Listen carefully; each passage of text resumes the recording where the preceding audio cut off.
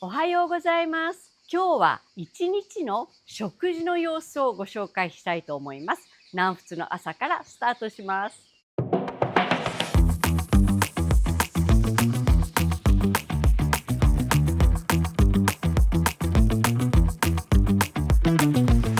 私の朝はまず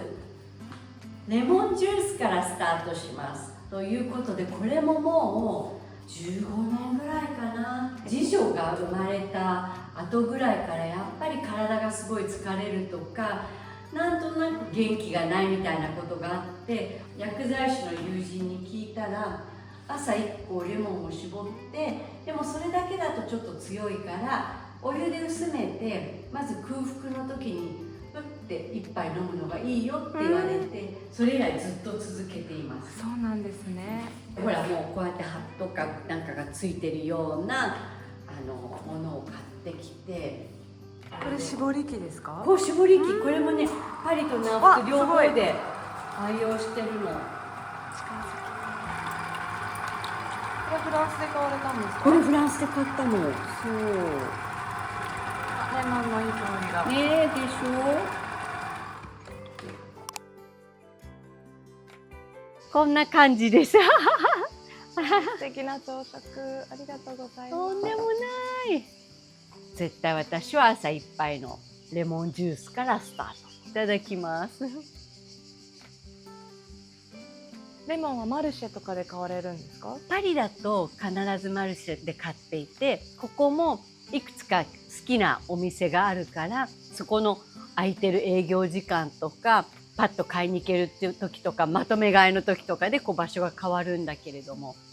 じゃあまず食事の話をすると、パリも南仏も朝食はこんな感じで、こうちょっと日本の和食とは違うんですが、バゲットがあって、クロワッサンとかパンオショコラが私は好きなので、そういうのをいただきながら、必ずフルーツとヨーグルトとカプチーノが欠かせません。もうこの習慣はもうずっと昔からで、はい。私本当にヨーグルト好きなんですよ。はいはい。フランスに来てからさらにやっぱヨーグルトが美味しいので、美味しいですよね。はい、今日テーブルの上にあるのはギリシャヨーグルトそうで、ですか？もうこの6、7年ははい。ヤヨグレックってギリシャヨーグルトが大好きで、これはもうパリにいても南仏にいてもミラノにいた時もそのギリシャヨーグルトを探してました。おー。ここのは本当に今すごく私たちが好きでよく行ってちっちゃな商店があって何でも売ってるんですけど、そこで売っていたヨーグルトで蜂蜜をわーっとかけていただくのが一番好きだけれども、はい。それ以外だったらやっぱりジャムかなっていう。ジャムもいっぱい種類がありますね。でね、ランポーネっていうのはこのニコロミットさんのお店があって、そこのフランボワーズのコンフィチューなんですけど、私は個人的にいちごも好きだから、横がいわゆるもう定番のスーパーでもおなじみのボンマモンの、フレーズがあったり、そっちがあれだ、ベルベルさんです。そうそうそう。でそっちもう一つもフランボワーズだけれども、それ以外にまだいっぱいレモンだとか、マーマレードだとかアプリコットとかすごい種類があるので、人が多い時にはいっぱい並べてパンにつけたりヨーグルトにつけたりして食べてます。であとはだからこういうベリー系とか果物もヨーグルトにも入れていいし、朝からみんなこう指でつまんでもいいしっていうことで、絶対に朝食に欠かせないのはやっぱりここら辺かな。特にヨーグルトとかは絶対にどんなに忙しい時とかでも欠かせないですね。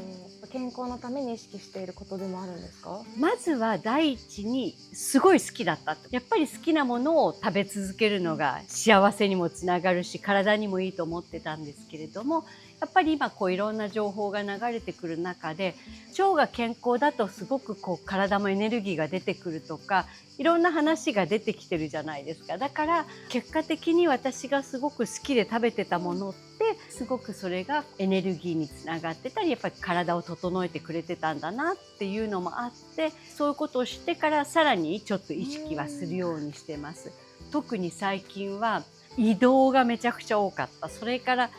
越しの準備、それからパリのアパートの改築、それから9月の結婚式の準備、なんかいろんなことがすごい重なって、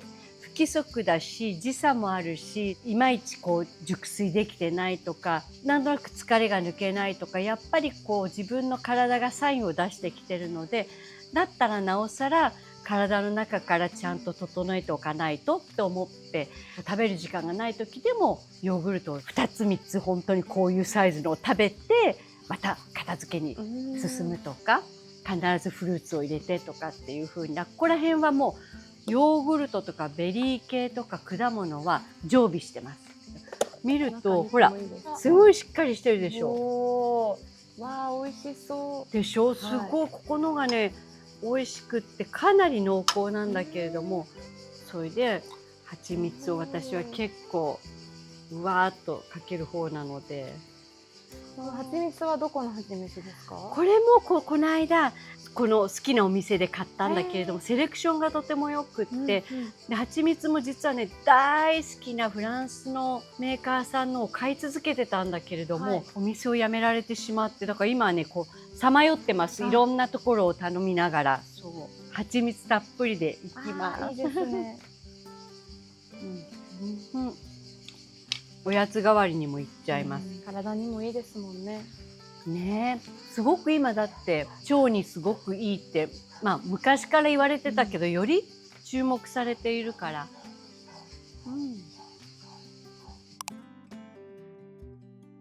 お昼はキャフェ・ドゥ・ラ・プラスといって、サンポール・ド・バンスのビラージュ、こうちょっとこう入っていくところの下にある、もうすごくここの場所では有名なキャフェにやってきました。でもなんか変な言い方、別にすごい洗練されたお料理とかじゃなくて、もう見て普通にがっつりステーキとフリットとか私はこれを頼んで、マミちゃんはローストビーフとこの大量のマッシュポテトですか？マッシュポテトだから、いわゆるピュレこの量すごくという感じだから、もう本当にここは来るとサラダもボーンとかっていうような、だからそんなに難しいお料理じゃなくて、今日のプレートとそれ以外にこういうハンバーグみたいなのとかお肉とかクロックムッシュとかサラダとかはいただける気軽なキャフェです。そう、もうこの年齢になるとお肉必要なの、プロテインタンパク質大事です、ね。そう、大事大事大事。それこそさ、お肉とかってやっぱりちゃんといただいていた方が、こう内臓とかも栄養が必要じゃない。体の中もうまく機能させていくためには栄養が必要だから、やっぱりバランスよくいろんなものをいただいた方がいいって言われていて、なのでこうちゃんとお肉とかはいただくようにしてます。そんなに厚みは、でもセニョンで頼んだから、ほら、いわゆる日本でいうミディアムレアで頼みました。ほら、いい感じに。いい焼き色ですね。嬉しい嬉しい。お肉はレア派ですか？だからレアまではダメなんだけど、このなんか赤みが中心に残ってるのが好きですね。どうしようかな、このままで。いただきます。もう本当にお昼はがっつりお肉派なので。普段のお昼何食べることが多いですか？普段は一人だと意外と忘れちゃうの、食べるのを。家に行って何かやってるとそっちに夢中になって気づくともうすごい時間になってたりするから、その時に料理をしてご飯っていうよりは軽くお腹をと思うと、だから果物とかヨーグルトとかいただく感じ。あと例えばチーズがあればバゲットをトーストしてちょっとチーズを塗ってそのままっていうような本当に軽い食事なんだけれども、割と夫がいたり家族がいるとお昼お肉食べること多いかも。そうなんですね。夜はどうしても赤身のお肉とかそういう重いものをもう今いただくとちょっとこう睡眠に影響したりとか、ずっとこう夜ここがなんか目いっぱい働いてるって感覚になってしまうので、今はこうどちらかというとお昼にしっかりそういうのをいただいて、夜は少し軽めにするとか。でもやっぱりどうしてもフランスは外食の機会も多いので、しかも外食をするとなると友人たちとレストランとか友人宅っていうともうスタートが9時とか、ほらもうなんなら食事のスタートが10時とかでしょ。食べ終わるのがもう日付が変わってて、でもそこからまた飲んだりとかっていう絶対にこの年齢でやっちゃいけないようなことをやってるから、普段はもうちょっとシンプルにしてます。じゃあメリハリをつけて、調整できるときは体のことを考考えて、でやっぱり私もその食べること好きだけど、食べることが全て活力になるとは思ってなくって、やっぱり必要じゃないエネルギーを取り入れる必要性もないかなと思うと、なんか自分の体調に合わせてもう無理をしない、という感じです。そう。おやつタイムです。今日はまみちゃんが来てくれているので、なんかちゃんとやっているけども、普段はもうちょこちょこいろんなものをつまんでるんですが、今日はイタリアのニコロミートさんのパンドルチェっていうパンなんだけど、なんかシフォンケーキみたいな感じでもあるしっていうこちらのお菓子、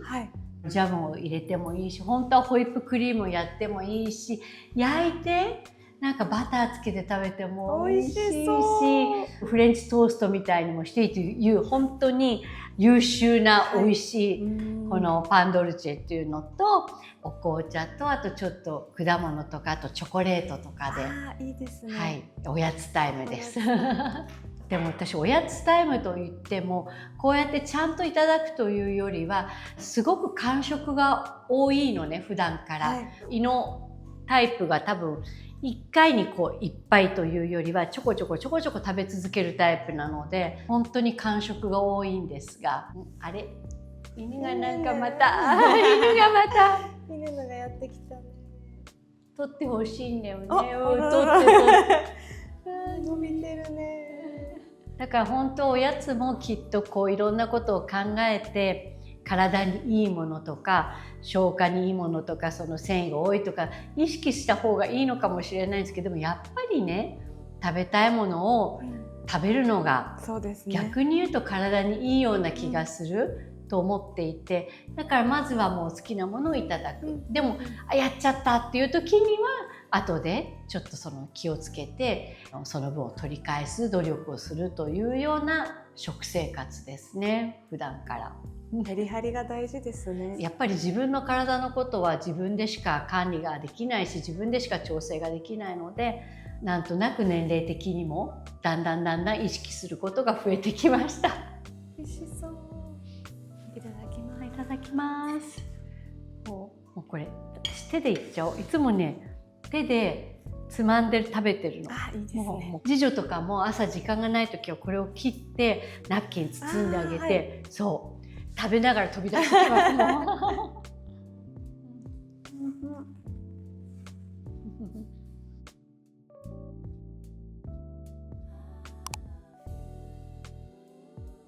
最高ですね。シャンパン。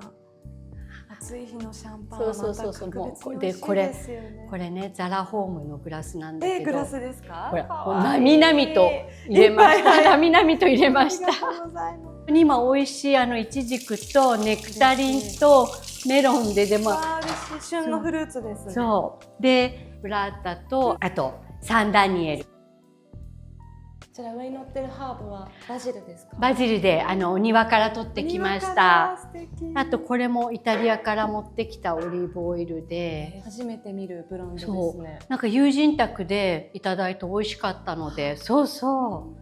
じゃあ座ってください。そうなのでちょっと今日はこれから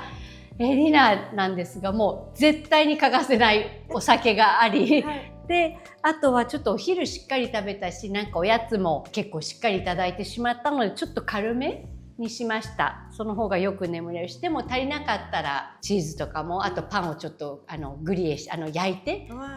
ていうのもありなので、さっぱり暑いのですいません。わあ、トマトのお皿かわいいですね。そう、トマトのお皿なの。この子もお水、水差し、トマトの水差し。トマトなの。まみちゃん乾杯です。乾杯。ありがとうございます。乾杯。フランスもイタリアもそうだったけれども、夜とかもう本当に疲れてる時って、このお酒とパンとかパニーニとかそんなのにハムとチーズで十分に食事が成立して、なんかもう素材が美味しいしね。チーズは昔は日本にいる時はそんなに好きじゃなかったけれども、はい、今はだんだんやっぱりこういろいろトライする機会も増えて。美味しいチーズいっぱいありますもんね。ありますね。でもなんか何でも好きそう、どんな種類も。こっち来てヤギとかも好きになりました。あー、ヤギとかちょっと臭いのとか。臭いのとか、私臭いのまだダメなの。でもそういうのに逆に蜂蜜かけてとか、みんなそうやって食べて、胡椒とか胡椒とかでそう美味しい食べてるからそう。うんで私はもうブラータが大好きで、はい、でブラータはもうずっと欠かせず食べてたんだけども、ミラノに行ってストラッチャッテーラというのに出会って、はい、もううちの次女はストラッチャッテーラがおやつ代わりなので、我が家結構摂取量多いかもしれないです。私あとミルクも好きだし、そうヨーグルトも好きヨーですもんね。グルトも好きだし、そうという感じですね。で私結構自分は割と体調は良い方だと思っていたし、そうやってヨーグルトとかもよく食べるので、割とこう腸のトラブルもなく、それこそ2年前に腸の検査した時もとっても綺麗ですって言われて、なんかね、はい、勝手に自信満々になっていたわけ、私はそういうなんかあまり悩みもないしと思ってて、でも勧められて、実は腸活のアプリというのがあって、腸ノートっていうんだけれども、それをスタートしてみたので、はい、私は絶対もう完璧ですっていうのが出ると思って結構自信満々にスタートしたら、はい、今砕け落ちてて、自分の腸の状態を甘く見ていたことが分かりました。そうなんですか。そうで、これがすごいのが、おへそのちょっとこの下あたり右のところをこうやって